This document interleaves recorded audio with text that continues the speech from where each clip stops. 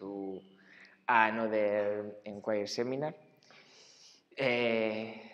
So today we will talk about quantum channels and so on. So it's a topic that has appeared to many of you in your researchers recently, and I think it's so I have faced quantum channels in my work just as a part of a description of an algorithm and so on.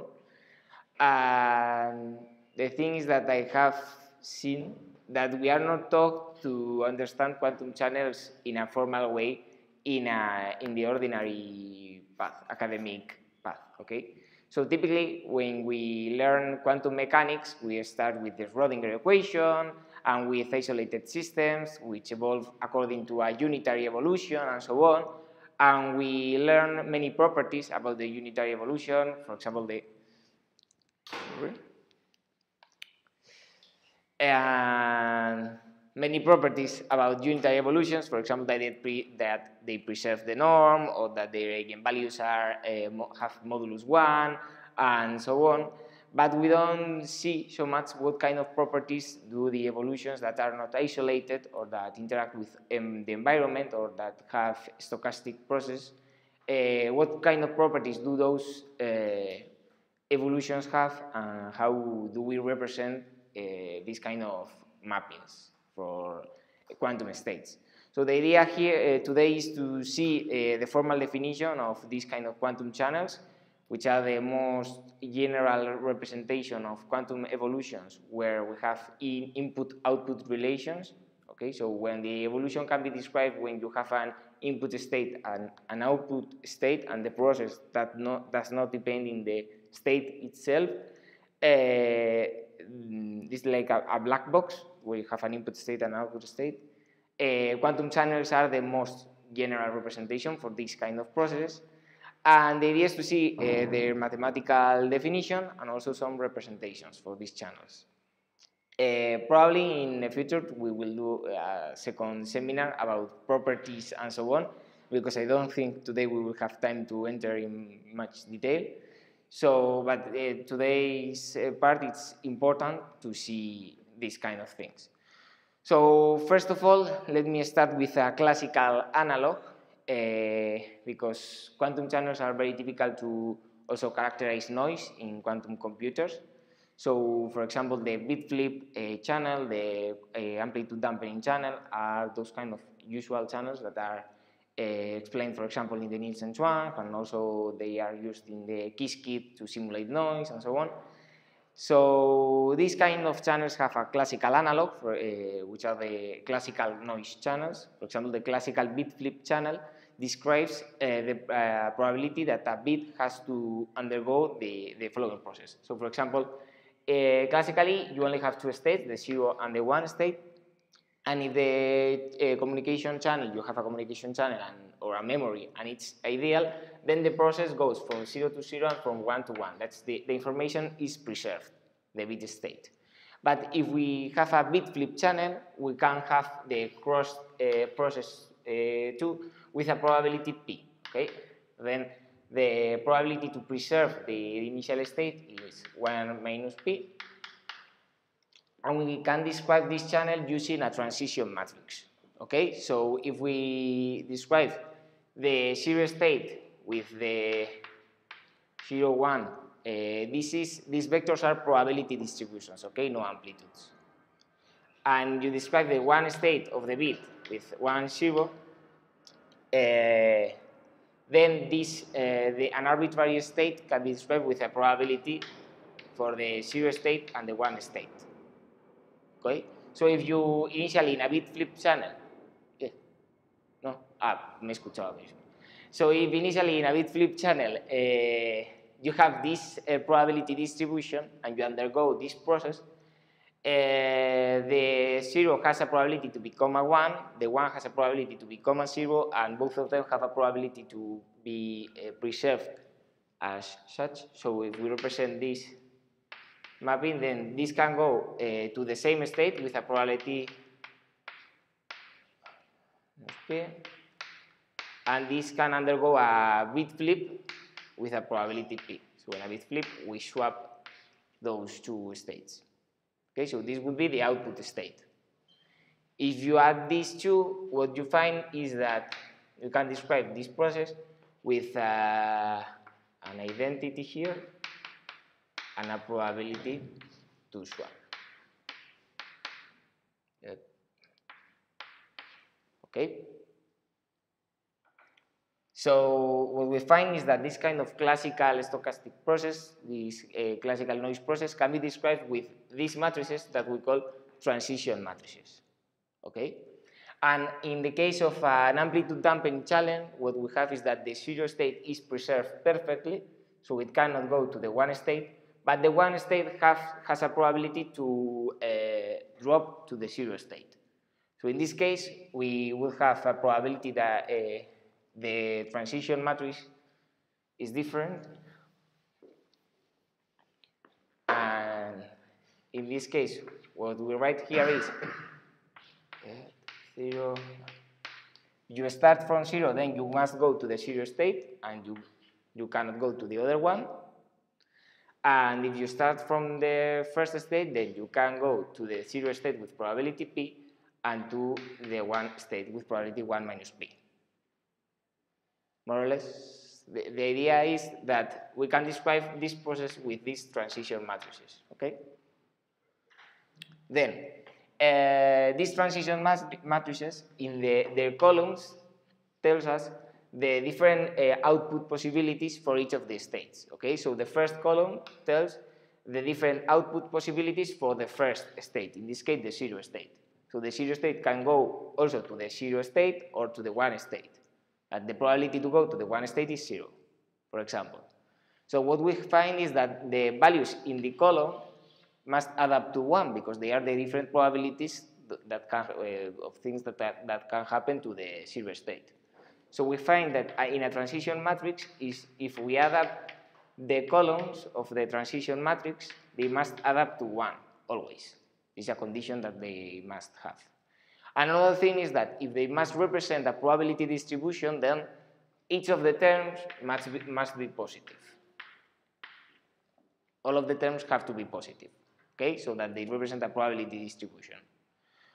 So I explain this because I think it's a simple example to understand what a classical channel is, noise channel is, and also because this kind of properties, we will find them in quantum channels, okay? In a different way, very different way, but they also are there, okay?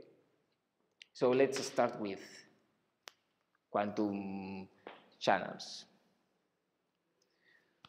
Okay, can I erase this? Okay, so first of all, we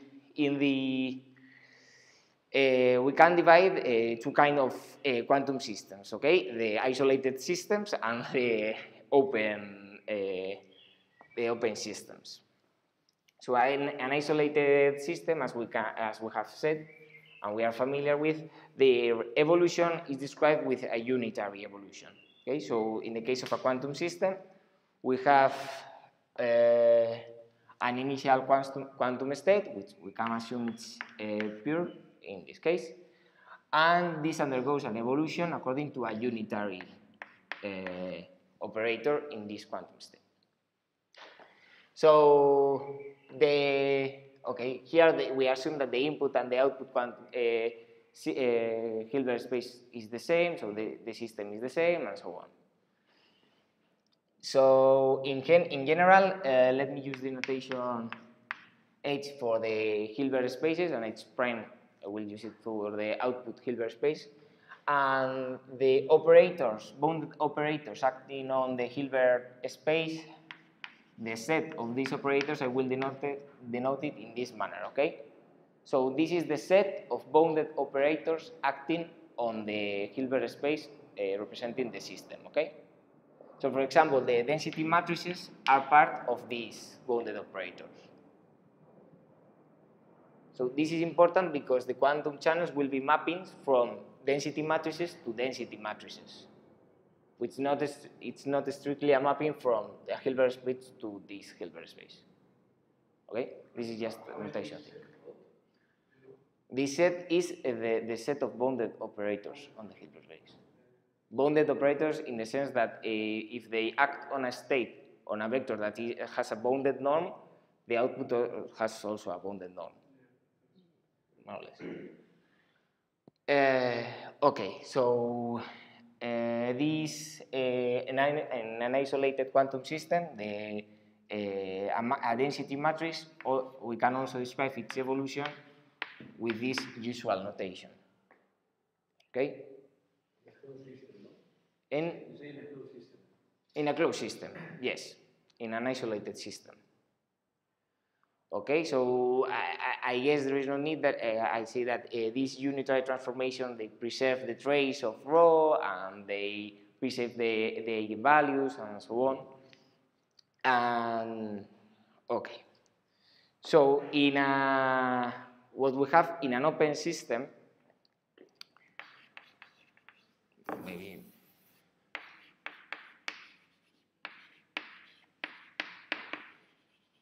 we have a general transformation that goes from states of an input Hilbert space to, in general, operators acting on an output Hilbert space, which could be different in principle.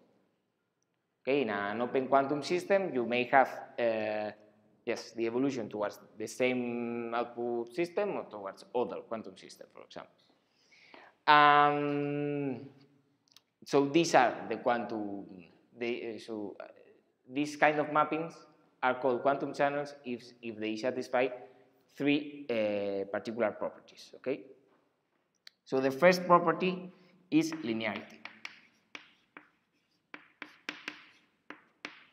That is, if we have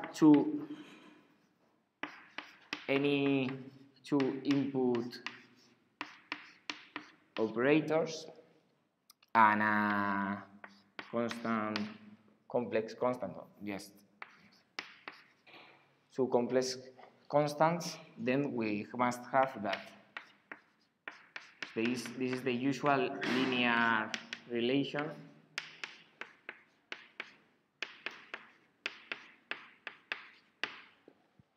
Okay, so this is the linear relation that they must satisfy. So this mapping has to be linear.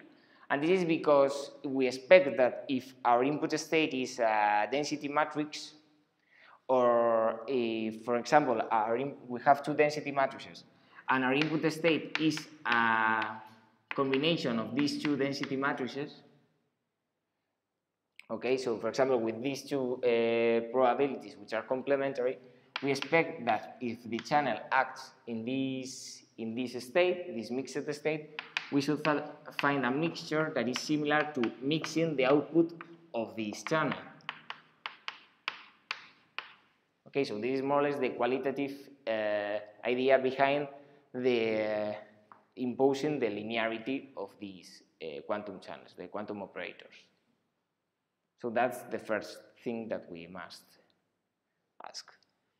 So the second property is trace preserving.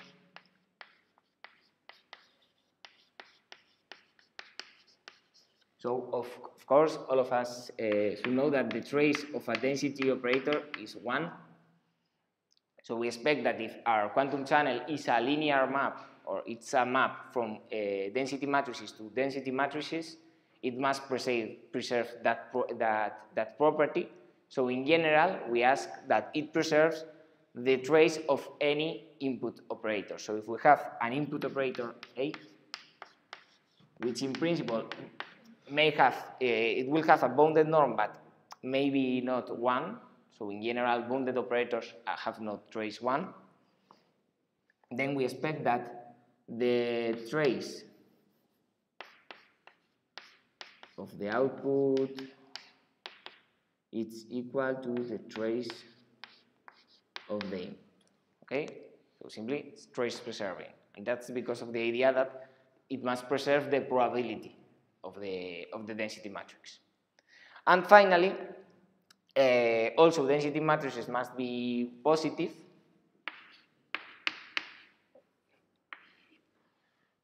and this can be understood as the values of the matrix have to be positive or equal to 0. So also, if the mapping has to map density matrices to density matrices, then we expect that it must preserve the positivity of those matrices. Okay? So in principle, we would ask something like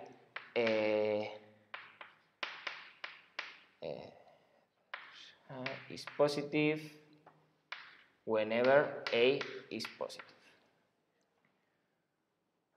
We would ask this in principle. But here we have a problem, because in general, if now I extend a quantum channel in this manner to plus the identity in a general.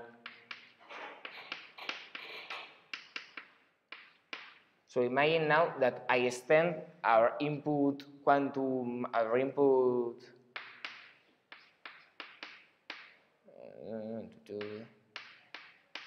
so imagine that I extend the input quantum, the input space. Okay, we have an input system where this H Hilbert space refers to. Okay, and now we extend that input system. So, for example, imagine that you are using, you are in a quantum computer and we are describing the evolution of the first 3 qubits. Okay, but now imagine that you want to describe also the evolution of these other qubits, and there is nothing happening in those other qubits. So these qubits, the evolution of this subsystem is described by the quantum channel, the original quantum channel T, and the evolution of these qubits is described by an identity channel. Okay? Yes? So if this is the original channel, the channel for this for the whole system would be our original channel times the identity acting on the other part of the system. Okay, so this only refers to an arbitrary extension of a discrete size, okay, of size m. So the problem here is that now this operator may act on the state of the whole system, and we also want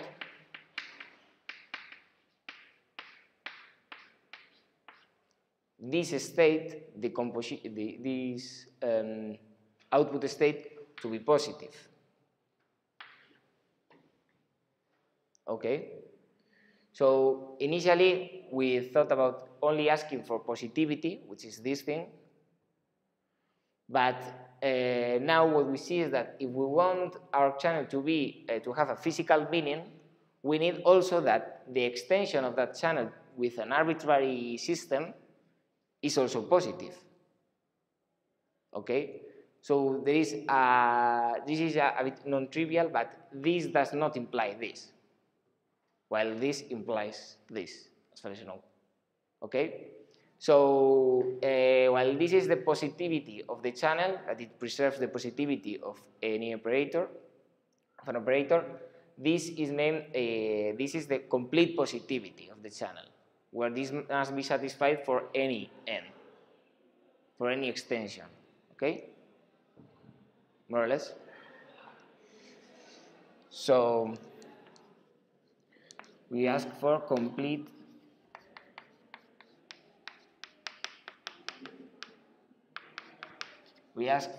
complete positivity, which means that for a positive input, the output is also positive for any extension n. Okay? More or less. So we have a quantum channel has these 3 properties. It's linear, it's trace preserving, and it's completely positive. In this way, it will always map density matrices to density matrices. Okay, so this is the mathematical definition. Yes, please. No, a mapping that is not that is not linear. Yeah. Idea, because What? to me it's like To you, it's like if it's trace preserving, it must be linear. I don't know. It seems. But if you have, for example, no, I think you can have a counterexample. You can find a counterexample. Why is not physical? It's not. Why is not physical? Yeah, to make operation, it's not linear. Because that's a statistical example of possible states, so they have to be totally independent one of another. You have to be able to separate them. I can give you an example. Now, A is equal to A, What's the example of A is equal to A?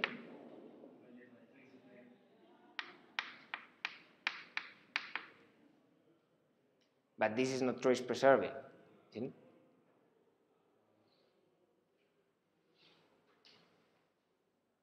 The trace that this the output is trace one always. You need maybe another example. Okay, so for those of you who are online, Javi has asked if why don't these two properties, trace preserving and complete positivity, imply the first one, linearity? So I cannot give a counterexample now, but I think it's not so hard to find one where you have these two and not the first one. And the first one is required because, as Carlos has explained, in this scenario where you have a statistical ensemble of states, you expect their processes to be independent. Okay, so the output should be you should be able to describe your output also in the sense of an ensemble. Okay, so if you have an ensemble of states with probability Pi and density matrix ρ, you expect to find an output example of with probability Pi and the output ρ. Okay, so in order to go from this ensemble to this ensemble, what you require implicitly is linearity. Okay, so linearity is required to find that. It's important. Here about quantum channels, normally they say that it has to be trace preserving and complete positive, but they never read linearity. Because most maybe it's in trace preserving or not. I don't know. Normally when I read, they only remark that it should be trace preserving and complete positive. Most a measurement is trace preserving and it's not linear.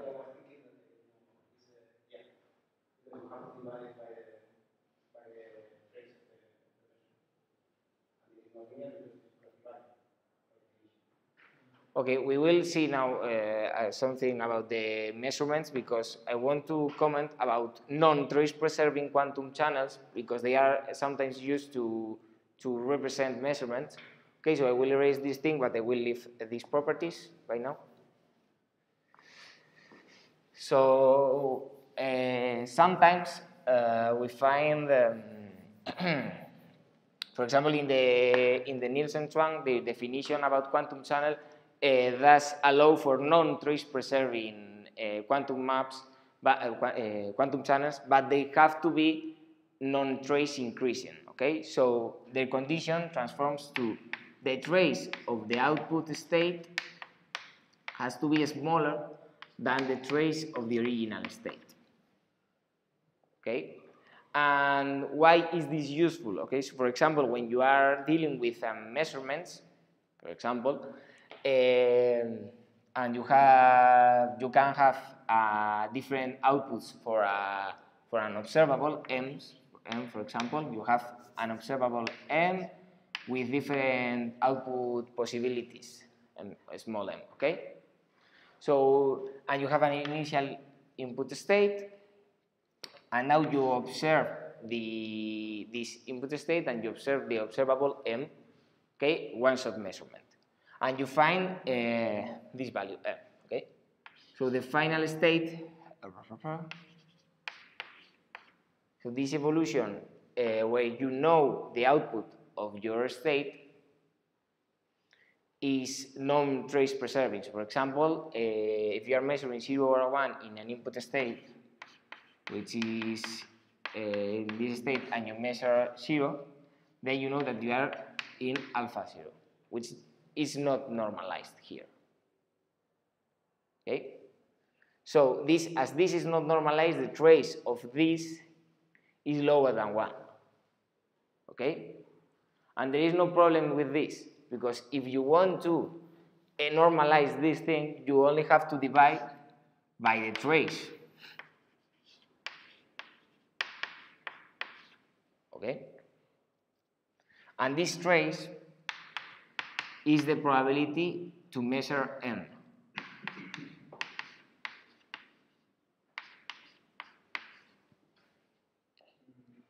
Okay? Why not trace increasing?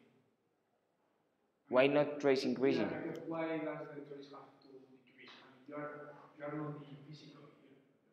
So yes, this is physical, because now from this you can reconstruct the overall quantum channel epsilon, for example, acting on rho, as the addition for all of the possible outputs.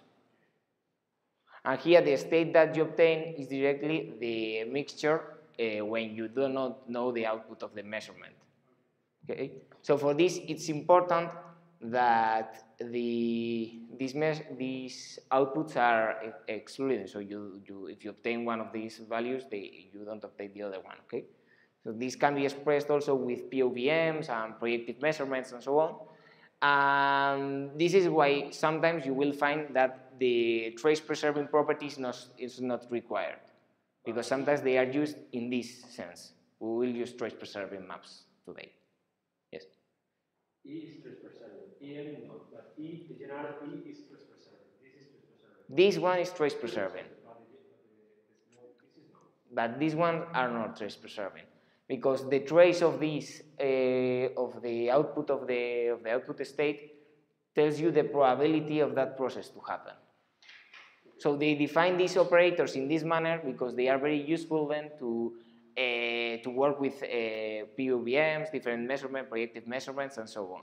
For example, in the paper that you shared the other day, they used these kind of measurements to measure their quantum state and to represent the evolution of the quantum channel, because when you can do it in this manner, it's easier to characterize first these ones and then build this complete one and not the other way around. Okay, so but we will work with trace preserving maps. So let's start with the representation, because I think, okay, we are fine with that. So I have an example of a quantum channel. Okay. So imagine the quantum blip flip channel. So in a quantum blip flip channel, we have an input state, pure in this case. And here in this box, we have our quantum channel. So our quantum channel, what we want to represent here is that there is a probability that a bit flip happens. So a bit flip is the transition from 0 to 1 and from 1 to 0, as we have seen before. And this is the X gate. Okay? In the binary basis, this back. So we want to represent the channel with a probability P of a bit flip. So if we represent the output state, for example, from an input state, in this case, if we take a pure state or something wrong, so we have a probability P that we have a bit flip. Okay, so this would be an X gate acting on your input state, and with adding the P, we have the probability of finding this state in the output. Okay, so here what I'm doing is to describe the output state in terms of the physical definition of the channel. So here we have a probability that the bit flip happened and another probability that the bit flip didn't happen. Okay, so this would be our quantum channel. You can check that this quantum channel is trace preserving, linear, and completely positive, for example.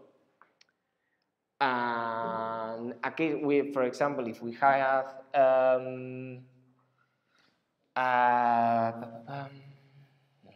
yes. So now let's go to a more general representation.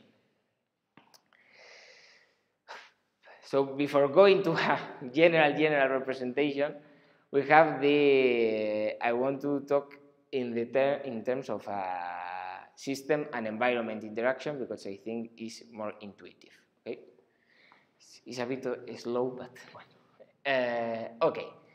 So in general, if we have, for example, a system in an input state rho and an environment, we will assume that initially they are in a separable state with no correlations either.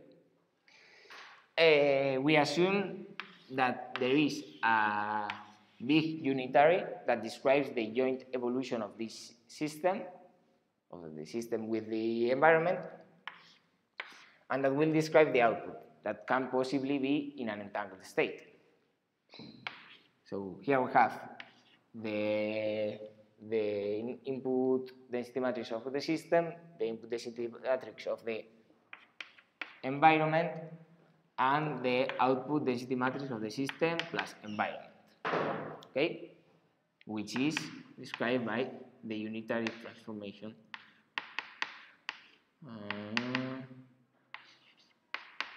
Okay, so far, so good. So, okay, now the thing is that we want to omit this environment in our description of the system. So here what we find is a description of system plus environment as if they were an isolated system, that we want to describe the system as an open system.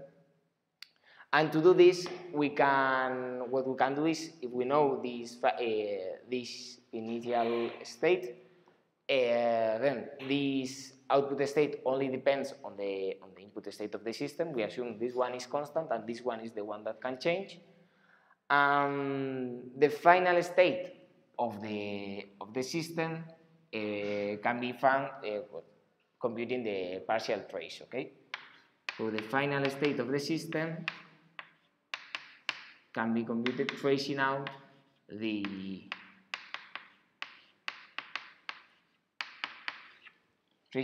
environment in the output state. Okay, so partial trace, okay, no problem with that. No?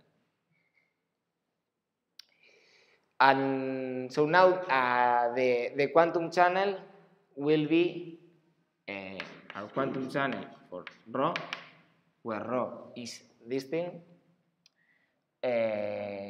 will be this operation.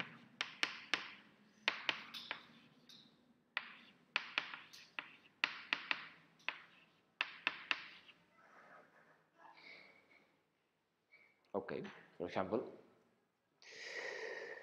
And here, if we use, for example, a basis EI of the Hilbert space of the environment, then the partial trace can be described with some operators acting. Yes. When the quantum channel is acting, should have on the density matrix of the system, or the quantum channel. Okay, so this this will be equivalent to we have here rho U and if the change of rho to rho S. Okay, yes. So here I wrote rho S in order to make it explicit here that this rho is in the system and this rho E is in the environment, okay? To make it clear that the trace is acting on the environment, which could be coupled with the system after the unitary. but to make it explicit, the difference, okay? But in general, we don't write rho S to represent the density matrix. Yes, so it's just a thing of notation. So this reduced density matrix describes this state if we had no knowledge of the output state of the environment, which we assume it's true because we assume it's random and so on. So here, in order to compute this trace, we need these operators that act on, if we have,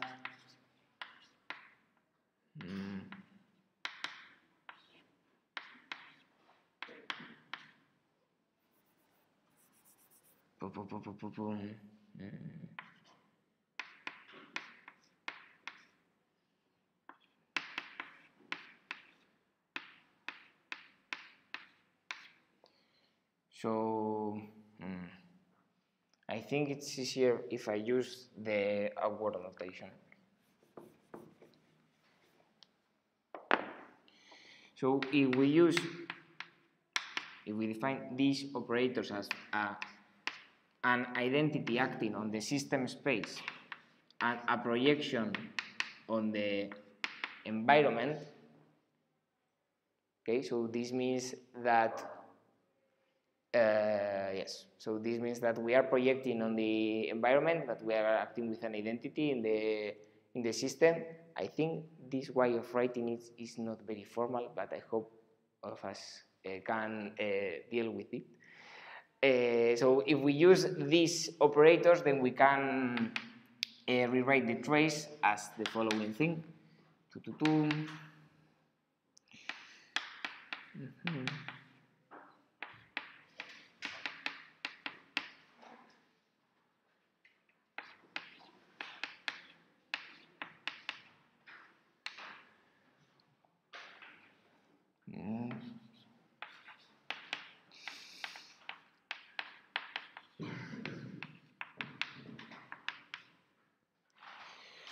And now we can keep on working on it until we find a better representation. But I don't think it's worth. Es que, a ver. Okay. So in order for this to be simpler, you must let me assume that so it's always possible to extend this system, okay, the environment. Then we can assume that the environment is in a pure state, okay, in a pure initial state, C environment, okay. So if we use this here, then we can, yes, if we use this here, then we can compute the operators, but I don't think this is the best way to introduce this. I'm realizing now.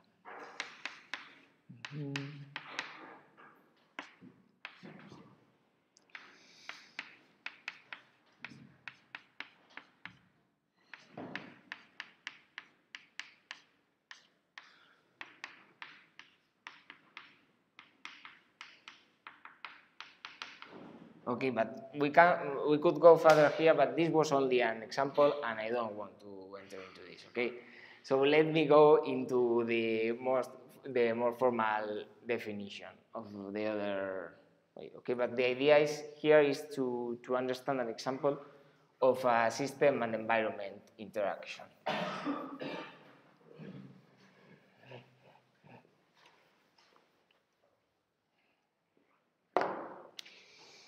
Okay, so there are like 4 main ways to represent quantum channels. Okay, so we have the Choi. Let me see.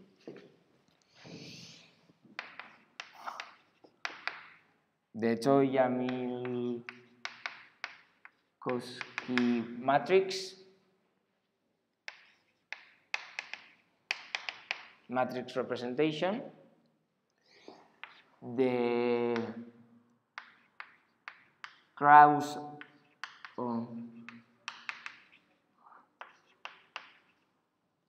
operator sum representation,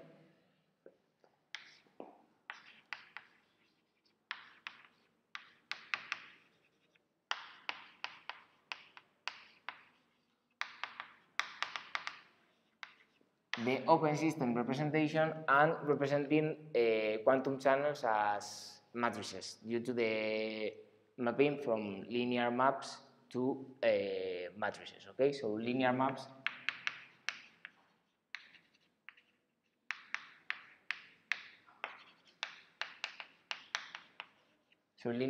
as matrices. Okay, so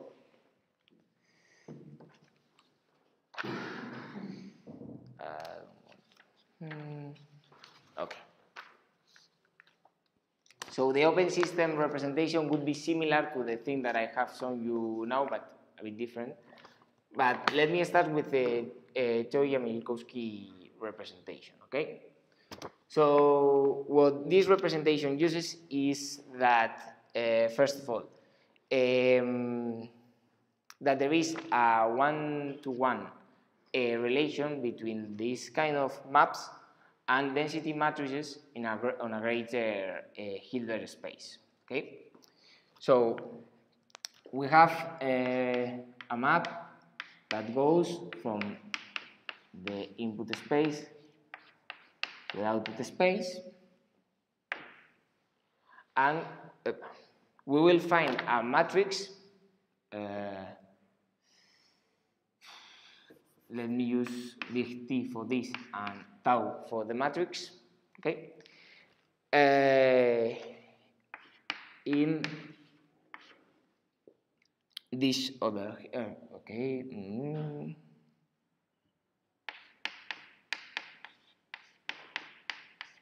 This other Hilbert space, okay? So, if we have a quantum channel, for example, yes, a quantum channel where the input space and the output space is the same, here we would use, if the dimension of the space is D, here you would use D times D matrices to represent the density matrices here, the states here, and D times D matrices to represent the states here in the output state. So this is what this means. You map matrices here to matrices there, okay? So this kind of, this mapping is related with another state, with another density matrix, in a system that we can consider that is the input and the output systems together, okay? And this mapping, this matrix, is the following one. We have to extend first.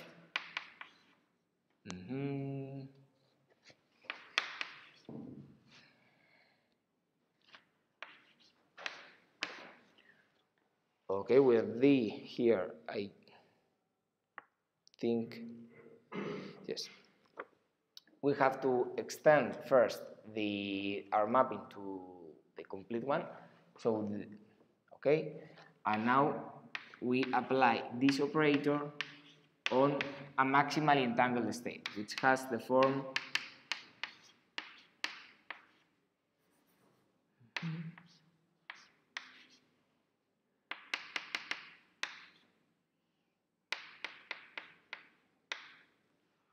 okay, so okay, so let me use D is the dimension of the input space, D prime is the dimension of the output space, okay? And now sigma is an state that is twice, is an state in this Hilbert space, which is like twice the input system, the input space. and it's maximally entangled, which means this term is in the first one, and this term is in the second one. Okay, so this is J. Okay, so it's a maximally entangled state in this Hilbert space, which is twice the input Hilbert space. Is H or H prime? H. H, yes, it's twice, yes, because, yes, the H prime has another dimensions. So the only one that goes from 1 to D is the first one. Okay, so this state represents it's a state in a Hilbert space twice as big as the input state. Okay, and it's maximally entangled between these two input possibilities. Yes, and now we have this mapping that goes from matrices of size D to matrices of size D prime, and this extended with this other mapping that goes from matrices of size D to matrices of size D. Okay, so this mapping goes from twice this Hilbert space to the output Hilbert space with the input Hilbert space. Okay.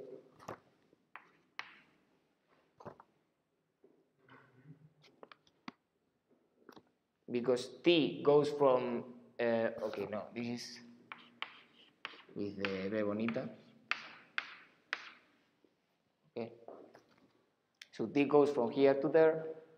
This is why the first term changes from H to H prime, but this identity mapping preserves this second state. Okay? So now the sigma, this one, is a state in this space,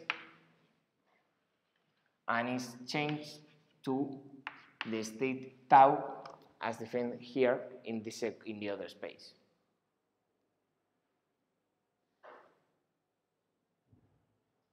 So this seems crazy, but it makes a lot of sense then.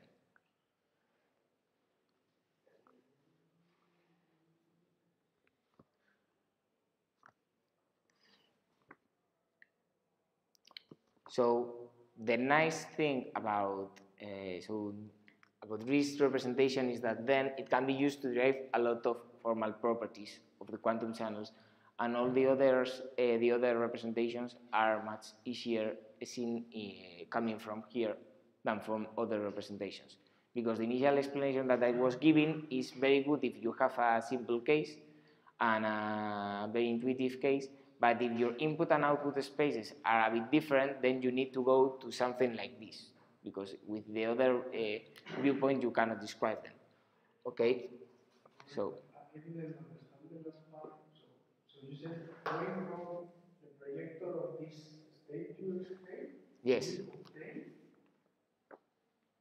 So, yeah, in the low, just under the description, and you go from this space to this other space. Yes. What does that mean? Okay. From that projector to... Okay, what I mean here is that T is the quantum operation describing our original quantum channel. The identity is a mapping from BH to BH that preserves everything. So this composition is a mapping from here to there, okay? And by definition, the matrix tau is the image of this state. Okay, That's the thing. Yes, the definition of tau, which is the Choi and Minkowski matrix, is this one. That is the image of the sigma state, which is a maximally entangled state in this space, which is in this size. Okay, so this can be seen as a matrix of D times D prime rows and columns. Okay.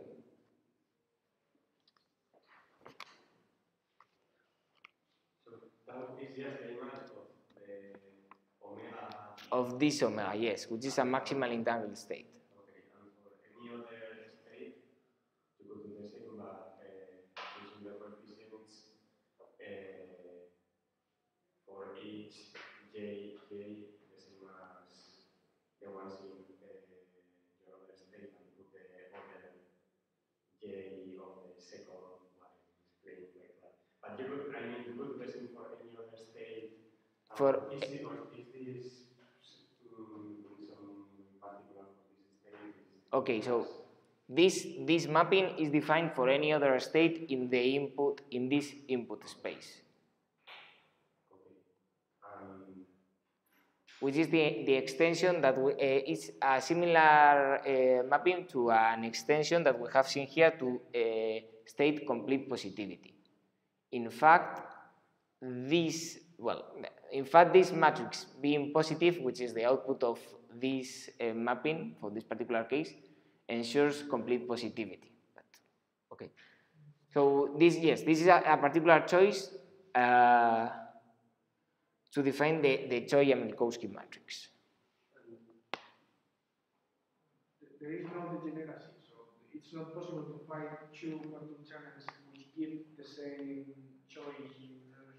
Yeah, Choi matrix. No, the relation is 1-to-1 because there is also so this is the map from quantum channels, from completely positive trace preserving maps to matrices, but there is also a mapping from matrices to these channels, which has the form. Okay, so for any A and B, any A in the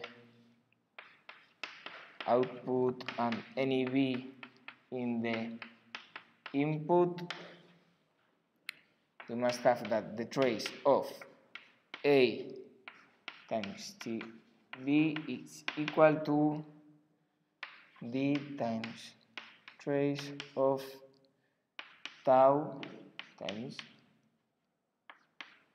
A B T. So the mapping from tau to T is a bit more cumbersome, okay, but there is only one channel satisfying this equation for any two possible A and B, operators A and B, and for each matrix, Choi matrix tau. Okay. Do you know why they choose the omega? Yes. Bueno, I don't know why, but an idea to show is that so complete positivity.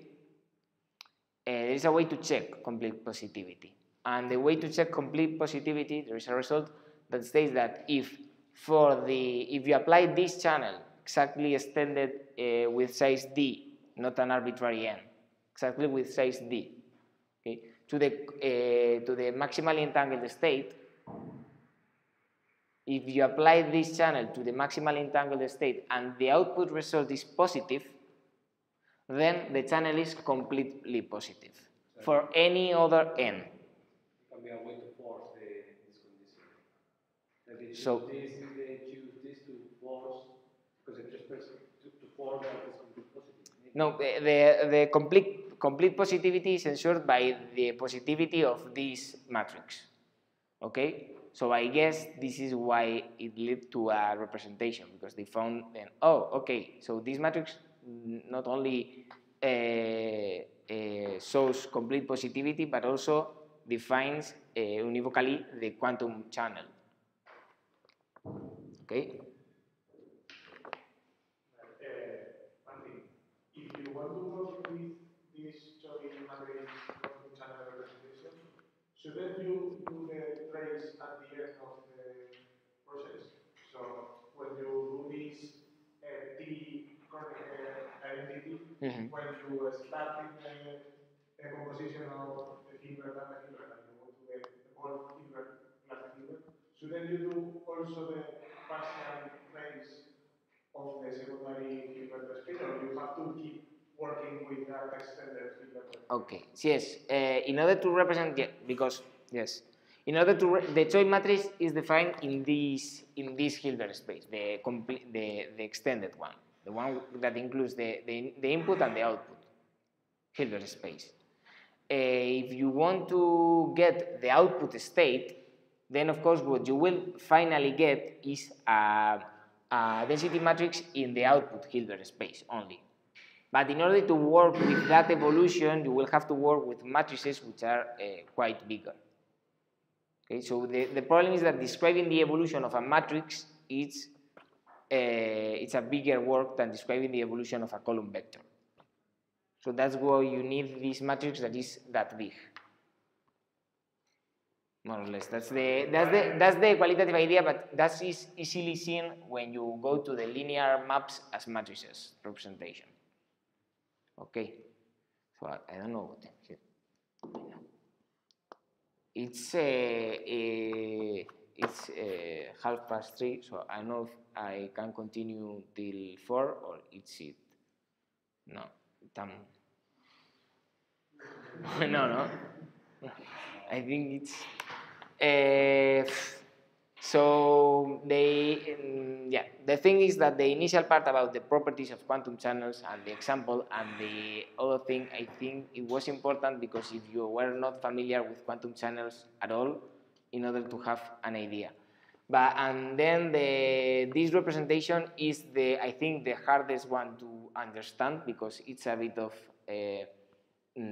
magical thing that appears suddenly because it seems quite random to choose this state and to apply to that state and to say, okay, so this matrix represents an evocally your quantum channel and so on.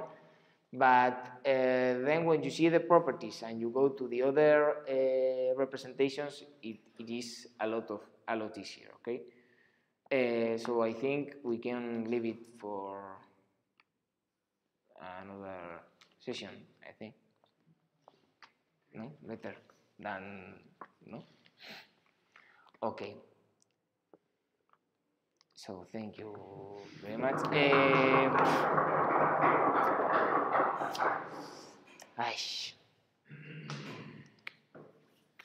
So thank you very much for you to